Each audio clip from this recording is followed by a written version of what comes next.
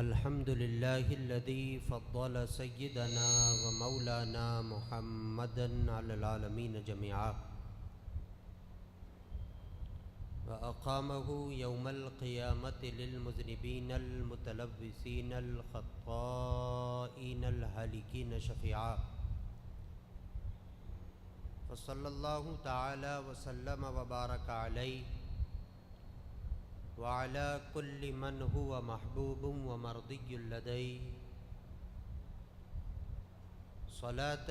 تبقى وتدوم بدوام الملك الحي القيوم. ونشهد أن لا إله إلا الله وحده لا شريك له ونشهد أن سيدنا ومولانا وملجأنا ومأوانا محمدًا عبده ورسوله. أما بعد فأعوذ بالله من الشيطان الرجيم. بسم الله الرحمن الرحيم. قال الله تبارك وتعالى في القرآن العظيم: قل بفضل الله وبرحمته فبذلك فليفرحوا. وقال رسول الله صلى الله تعالى عليه وسلم: قال الله تبارك وتعالى: كنت كنزا مخفيا فأحببت أن أعرف فخلقت الخلق. صدق الله مولانا العظيم وصدق رسوله النبي الكريم ونحن على ذلك لمن الشاهدين والشاكرين والحمد لله رب العالمين.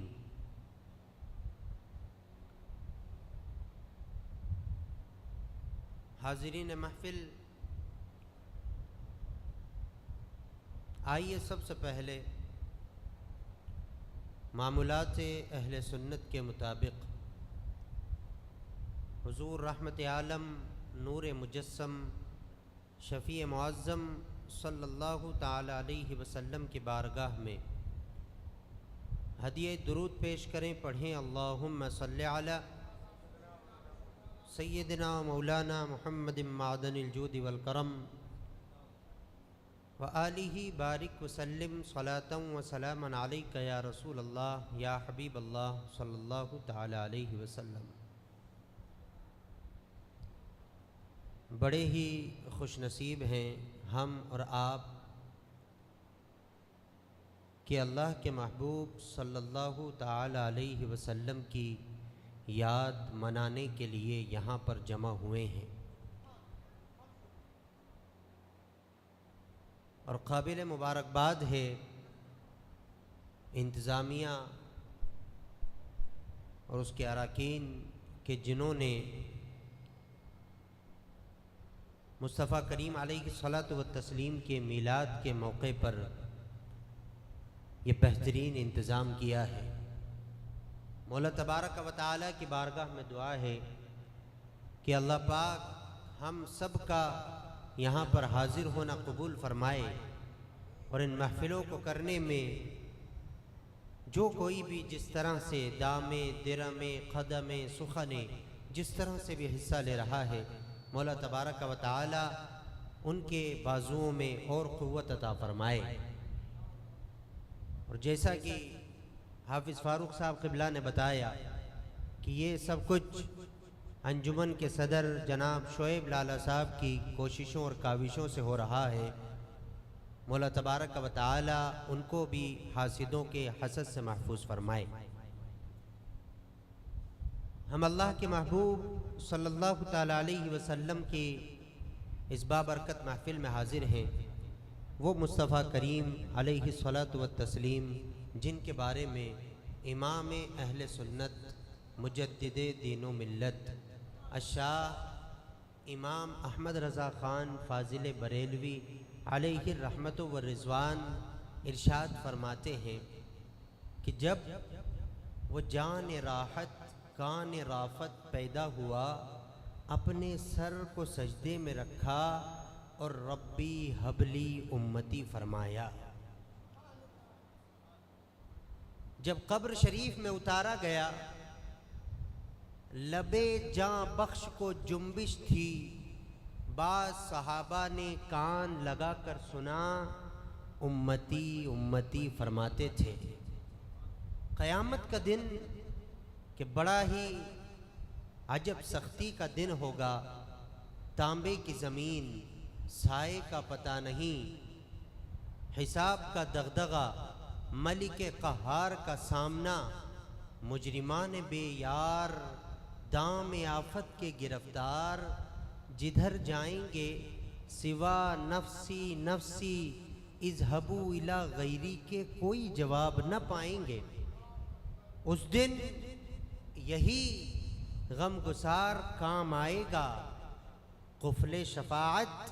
اس کے زور بازو سے کھل جائے گا، عمامہ سر اقدس سے اتاریں گے اور رب کے حضور سرب سجود ہو کر پھر سے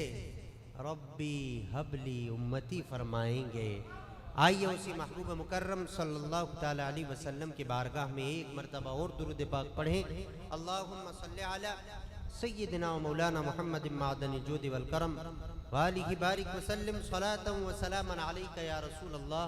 یا حبیب اللہ صلی اللہ تعالی علیہ وسلم، یا من تحب محمدا و تریدہ لک شافعا یوم الخلائق تحشر،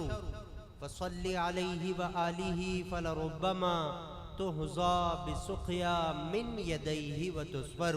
اے وہ لوگوں جو مصطفیٰ کریم علیہ الصلوۃ والتسلیم سے محبت کرتے ہو اور چاہتے ہو کہ کل بروز محشر جب کوئی کسی کا نہ ہوگا، ہر یار اپنے یار سے بھاگتا ہوگا، ہر پیارا اپنے پیارے کو چھوڑ دے گا، نہ باپ بیٹے کو دیکھے گا، نہ ماں بیٹی کو دیکھے گی، نہ بھائی بھائی کو دیکھے گا، جب کوئی کسی کا نہ ہوگا، اگر چاہتے ہو کہ وہاں پر کوئی آپ کی مدد کرے، وہاں پر کوئی آپ کا سہارا بنے، کوئی آپ کو پل صراط سے پار کروائے، کوئی آپ کو جہنم سے آزادی دلوائے، کوئی آپ کو جنت کا پروانہ رب سے دلوائے، تو درود پڑھو مصطفیٰ پر اور مصطفیٰ کی آل پر کہ جو کوئی ایسا کرے گا مصطفیٰ اس کی شفاعت بھی کریں گے اور اپنے پیارے ہاتھوں سے جام کوثر بھی عطا فرمائیں گے۔ پڑھیں درود پاک، اللہم صلی علی سیدنا و مولانا محمد معدن الجود والکرم وآلہ بارک وسلم صلاة و سلاما علیک یا رسول اللہ یا حبیب اللہ صلی اللہ تعالی علیہ وسلم۔ رکھ کے لب اسم محمد پہ ہٹاتا بھی نہ تھا، رکھ کے لب اسم محمد پہ ہٹاتا بھی نہ تھا، جب مجھے نام نبی ٹھیک سے آتا بھی نہ تھا، جب مجھے نام نبی ٹھیک سے آتا بھی نہ تھا، اور تھام لیتا تھا کوئی وقت ملاقات جو ہاتھ، تھام لیتا تھا کوئی وقت ملاقات جو ہاتھ، ایسا آقا تھا کہ وہ ہاتھ چھڑاتا بھی نہ تھا، ایسا آقا تھا کہ وہ ہاتھ چھڑاتا بھی نہ تھا، اور آپ ہی آپ اترتے تھے ملائک کے ہجوم۔ امام اہل سنت کہتے ہیں 70,000 صبح تو 70,000 شام، آپ ہی آپ اترتے تھے ملائک کے ہجوم، کیسا آقا تھا کہ دربار سجاتا بھی نہ تھا، کیسا آقا تھا کہ دربار سجاتا بھی نہ تھا۔ اور یا رسول اللہ علیہ الصلوۃ والسلام، آپ اس سے بھی کیا کرتے تھے پہروں باتیں، ایک پہر، دو پہر، تین پہر، آپ اس سے بھی کیا کرتے تھے پہروں باتیں، پاس میں جس کو کوئی اپنے بٹھاتا بھی نہ تھا، پاس میں جس کو کوئی اپنے بٹھاتا بھی نہ تھا۔ اور یا رسول اللہ علیہ الصلوۃ والسلام، آپ پہلے ہی معافی اسے دے دیتے تھے، آپ پہلے ہی معافی اسے دے دیتے تھے، منتیں کر کے منانا جسے آتا بھی نہ تھا، منتیں کر کے منانا جسے آتا بھی نہ تھا۔ اور یا رسول اللہ علیہ الصلوۃ والسلام آپ کاندھوں پہ نواسوں کو لیے چل پڑتے تھے، آپ کاندھوں پہ نواسوں کو لیے چل پڑتے تھے، جب کوئی گود میں بچوں کو اٹھاتا بھی نہ تھا۔ جب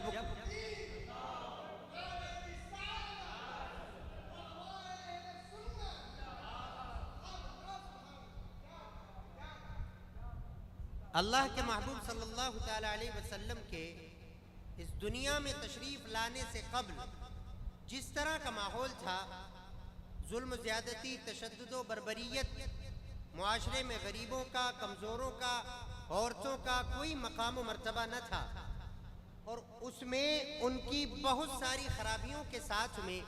ایک خرابی یہ بھی تھی کہ وہ اپنے چھوٹوں پر شفقت کرنا وہ لوگ نہیں جانتے تھے۔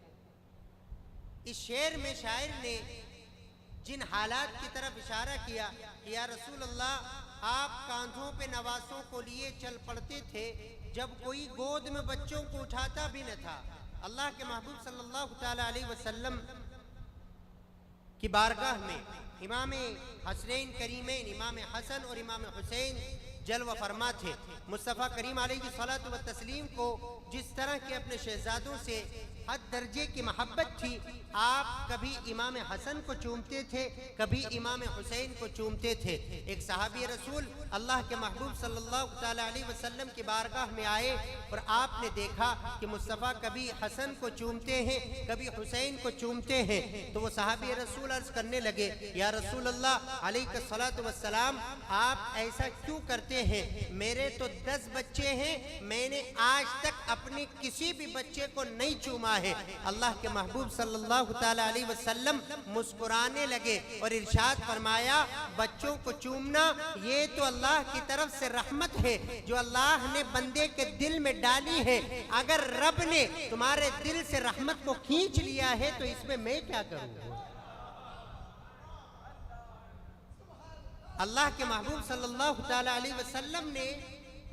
اس دنیا کے اندر تشریف لا کر تاریخ کے دھارے کو بدلا ہے۔ مصطفیٰ کریم علیہ الصلوۃ والتسلیم صرف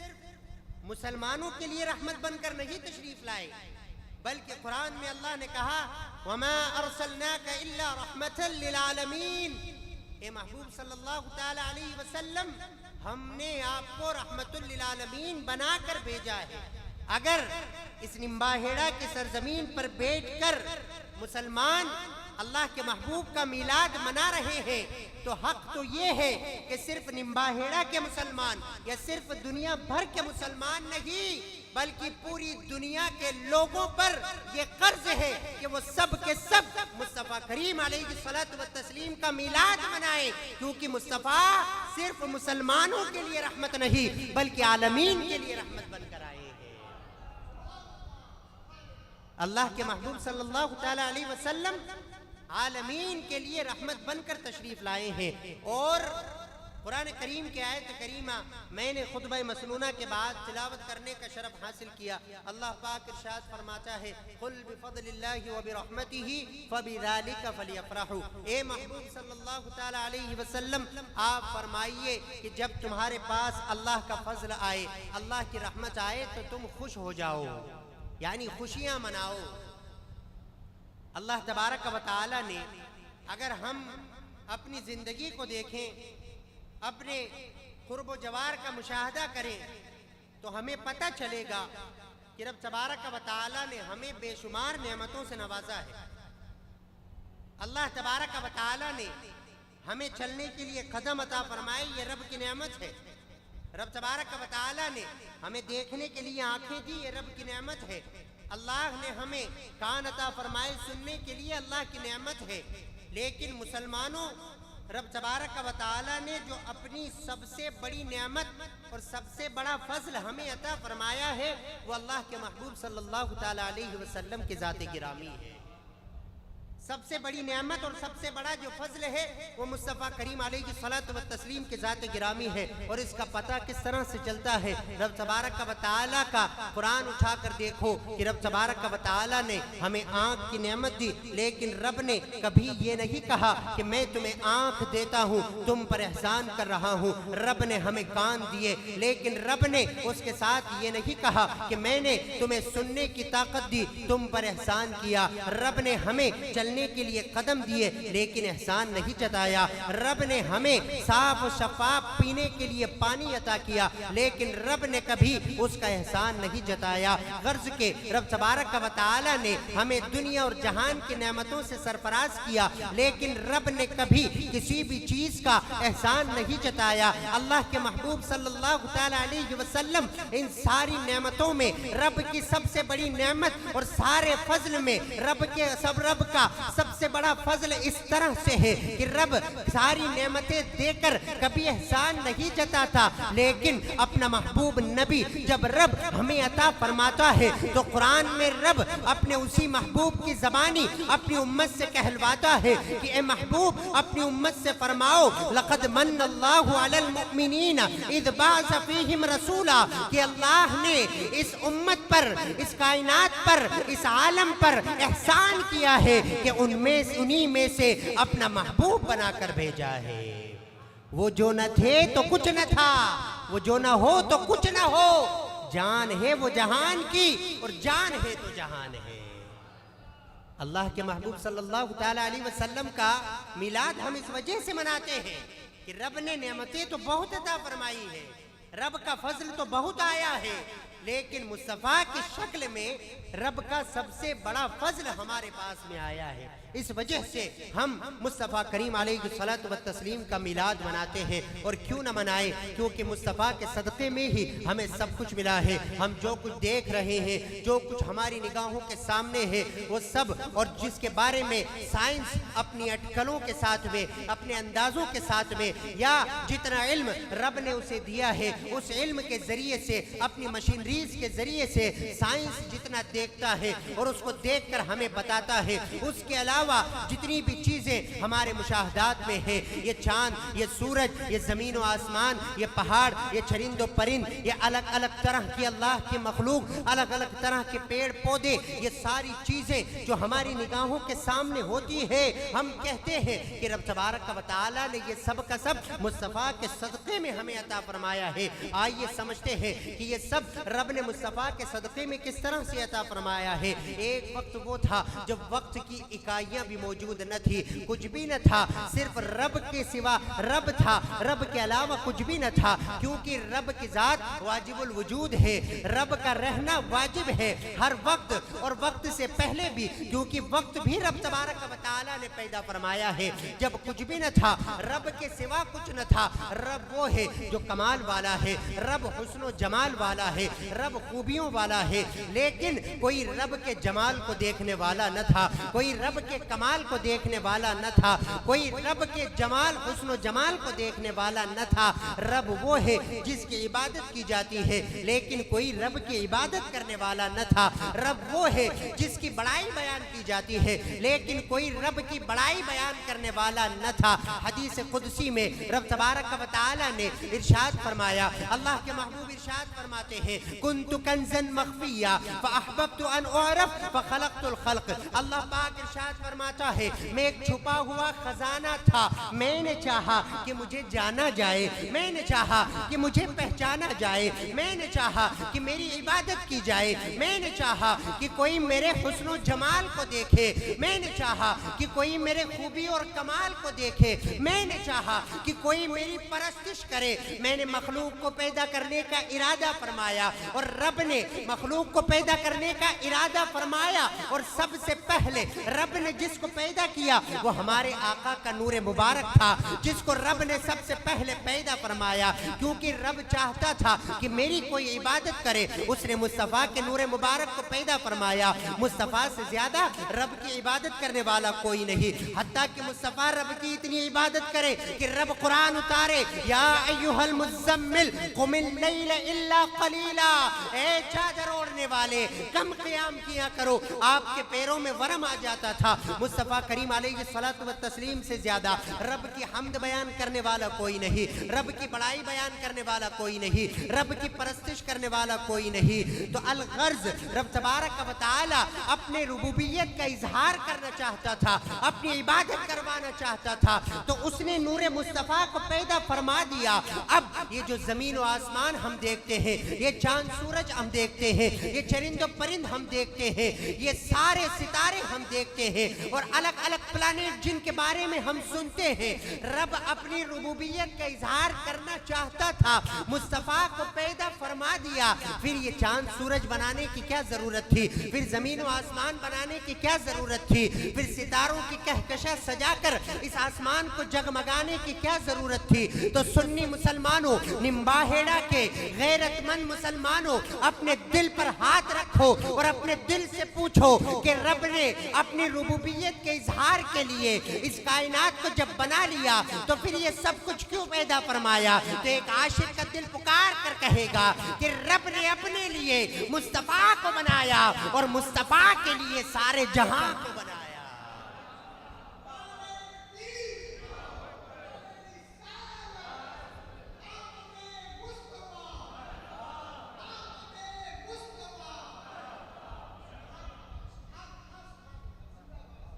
رب تبارک و تعالی نے اپنے لیے, اپنی تعریف کے لیے, اپنی حمد کے لیے, اپنی بڑائی بیان کرنے کے لیے مصطفیٰ کو بنایا, اور سارے عالم کو اس لیے بنایا کہ تم مصطفیٰ کی تعریف کرو, تم مصطفیٰ کی باتیں کرو. جیسا کہ آپ نے سنا کہ آؤ کرے سرکار کی باتیں. اس محفل میں بیٹھ کر ہم کیا کر رہے ہیں, ہم سرکار کی باتیں کر رہے ہیں. اور کیوں نہ کرے, ہمیں جو رب نے وجود بخشا ہے یہ بھی مصطفیٰ کا صدقہ ہے. ہم جو یہاں پر بیٹھے ہیں یہ بھی مصطفیٰ کا صدقہ ہے. حتیٰ کہ ہمارا ایمان, ہمارا وجدان, ہمارا عقیدہ ہم سے کہتا ہے کہ تمہاری جو سانسیں آتی ہے جاتی ہے یہ بھی مصطفیٰ کا صدقہ ہے.